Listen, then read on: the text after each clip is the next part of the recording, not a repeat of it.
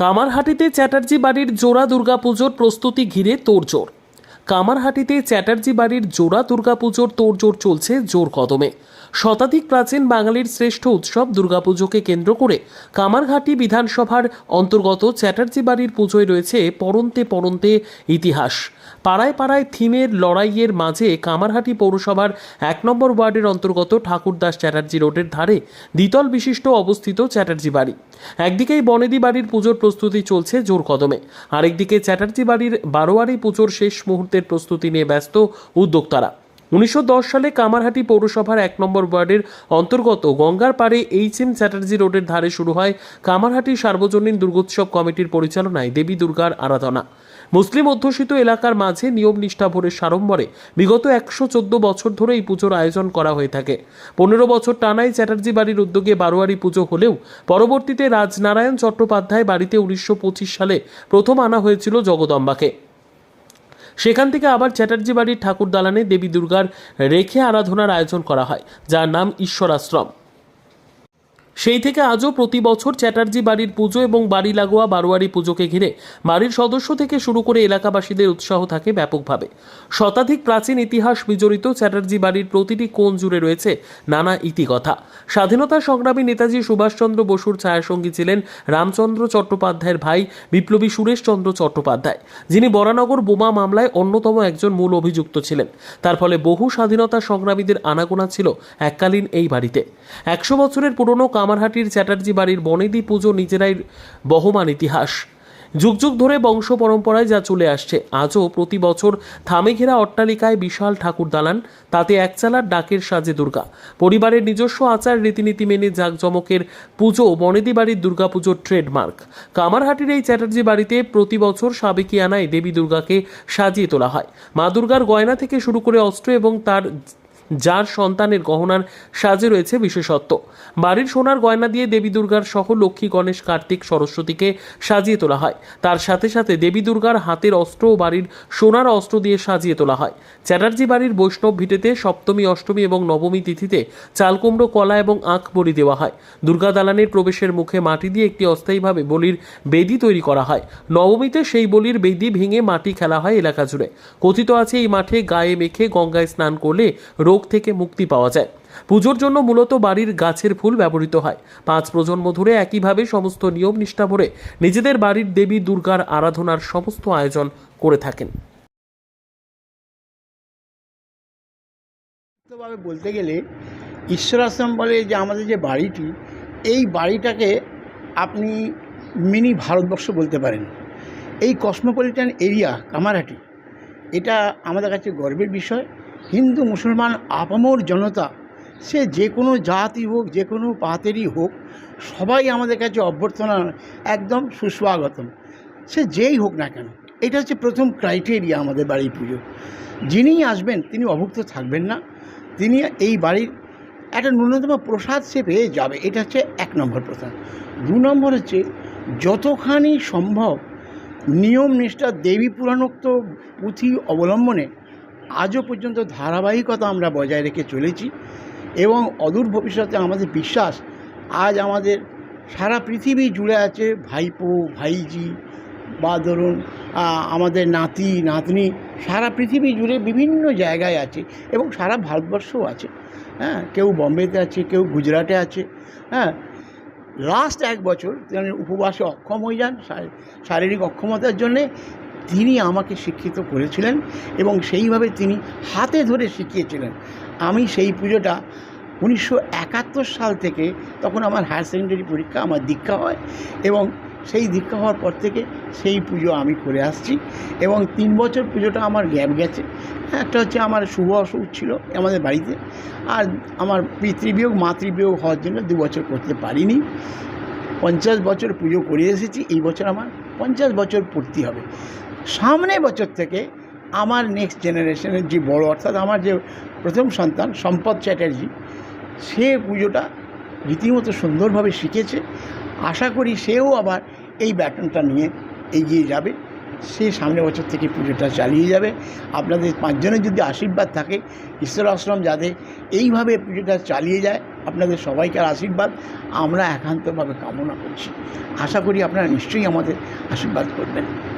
নমস্কার। চট্টোপাধ্যায়। হ্যাঁ, যিনি করেন তিনি আমার বাবা, আমি তার ছেলে, ছোট ছেলে।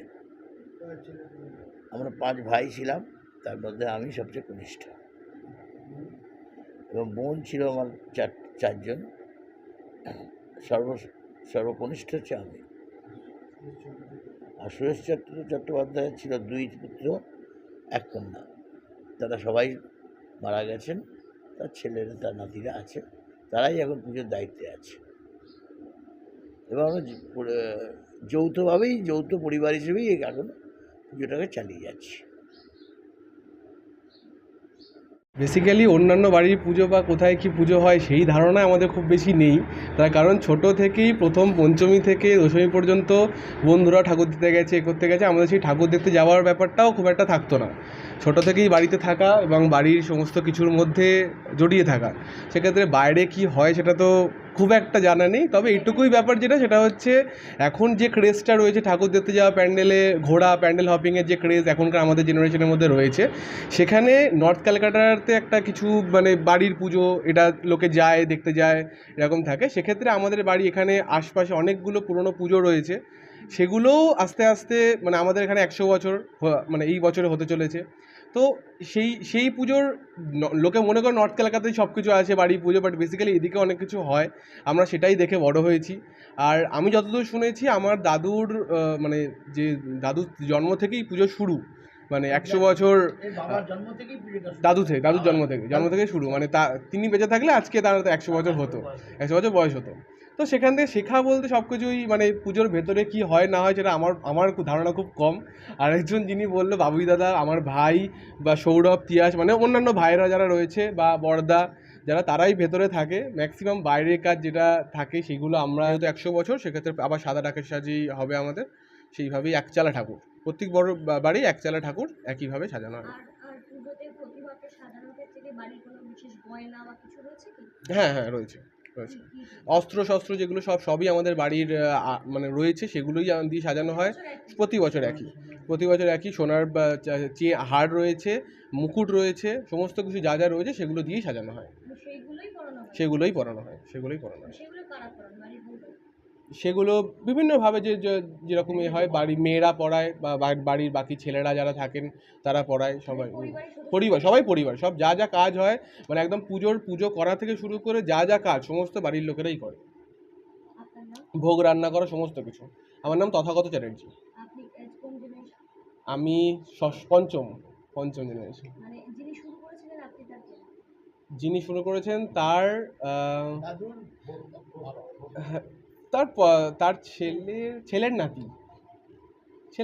ছেলের নাতি হবে, নাতির নাতি। এই দেখছেন ঈশ্বর আশ্রম, এই চ্যাটার্জি বাড়ির যে প্রবীণ সদস্য শুনলেন রামচন্দ্র চট্টোপাধ্যায়, তার যে একমাত্র ভাই সুরেশচন্দ্র চট্টোপাধ্যায়, তিনি ছিলেন নেতাজির পুরো ছায়াসঙ্গী। এবং আপনারা জানেন যে নেতাজি যে প্রেসিডেন্সি জেলে ছিলেন, সেই প্রেসিডেন্সি জেলে তার সঙ্গে নেতাজির সঙ্গে আরেকজন যিনি জেলবন্দি ছিলেন, তার নাম সুরেশচন্দ্র চট্টোপাধ্যায়। এবং সুরেশচন্দ্র চট্টোপাধ্যায় 4 বছর বক্সার জেলে ছিলেন। বক্সার জেলে যখন তার এক ছোট কোন সন্তান, তখন তার স্ত্রীর গর্ভে, তখন তিনি জেলে যান। যখন ছেলের বয়স 4 বছর, তখন কিন্তু তিনি নিজের বাড়িতে ফিরে আসেন। এবং আপনারা জানেন যে বড়নগর বোমা মামলা হয়েছিল, সেই মামলার অন্যতম অ্যাকিউজ ছিলেন কিন্তু সুরেশচন্দ্র চট্টোপাধ্যায়। এই এহেন ব্যক্তি যার কথা আমার কাকার মুখ থেকে শুনলেন, যে তিনি ছিলেন সম্পূর্ণ সাম্যবাদী এবং ধর্মনিরপেক্ষ লোক, এবং তিনি কোনোদিন ধর্মের গোঁড়ামিকে বিশ্বাস করতেন না। এবং তাই জন্যই তিনি বলেছিলেন, দুর্গাপুজো যদি শুরু করতে পারো, এখানে বিশেষ করে একটা মুসলিম সম্প্রদায়ের বাস আমাদের ঠিক লাগোয়া, তারাও আমাদের এই পুজোতে আসেন। তারাও কিন্তু সেও ঘরে বসে বসে হয়তো সশরীরে এখানে নেই, কিন্তু 5 দিন কিন্তু পুজোর সব অনুষ্ঠানে যখন আরতি হচ্ছে তেমন রয়েছে। যেমন অঞ্জলির সময় সে বসে বসে ওখান থেকে অঞ্জলি দিচ্ছে। এটাই হচ্ছে আমাদের বাড়ি, বলতে পারি এটা আমাদের পালস, একটা পরিবারের পালস হয় না, এটাই হচ্ছে পালস। এইভাবেই বেঁচে আছে এই বাড়ির পুজোটা। সমীর হোটেল ব্রেকফাস্ট, লাঞ্চ এবং ডিনারের জন্য চলে আসুন সমীর হিন্দু হোটেলে। রঘুনাথপুর বাস স্ট্যান্ড সংলগ্ন স্থানে আমাদের এই হোটেল। আমাদের এই হোটেলে রয়েছে হোম ডেলিভারির ব্যবস্থা।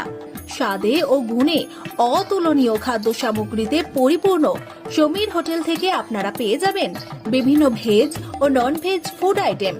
আর দেরি নয়, আজই আসুন। বিভিন্ন আইটেমের মধ্যে আপনারা পাবেন chicken chowmein, egg chowmein, veg chowmein, পাবেন egg roll, chicken roll, veg roll, রয়েছে ছোলা bhatura, Manchurian, chicken, mutton, fish, egg, mushroom, পনিরের রকমারি খাদ্য সামগ্রী। এছাড়াও পাবেন বিরিয়ানি, পোলাও, ফ্রাইড রাইস সহ আরো অনেক কিছু। তাই বিভিন্ন ধরনের সুস্বাদু খাদ্যের আস্বাদ গ্রহণ করতে আর দেরি নয়, চলে আসুন সমীর হোটেলে। উল্লেখ্য, এখানে হোম ডেলিভারির সুবিধা আছে। আর এই হোম ডেলিভারির পরিষেবাটি শুধুমাত্র রঘুনাথপুর পৌর এলাকার 13টি ওয়ার্ডের জন্য। আমাদের ঠিকানা সমীর হোটেল, রঘুনাথপুর নতুন বাস স্ট্যান্ডের সামনে। হোম ডেলিভারির মাধ্যমে খাবারের অর্ডার দিতে ফোন করুন আমাদের নম্বরে। আমাদের যোগাযোগের নম্বর 9883051987, এছাড়াও 81590222724।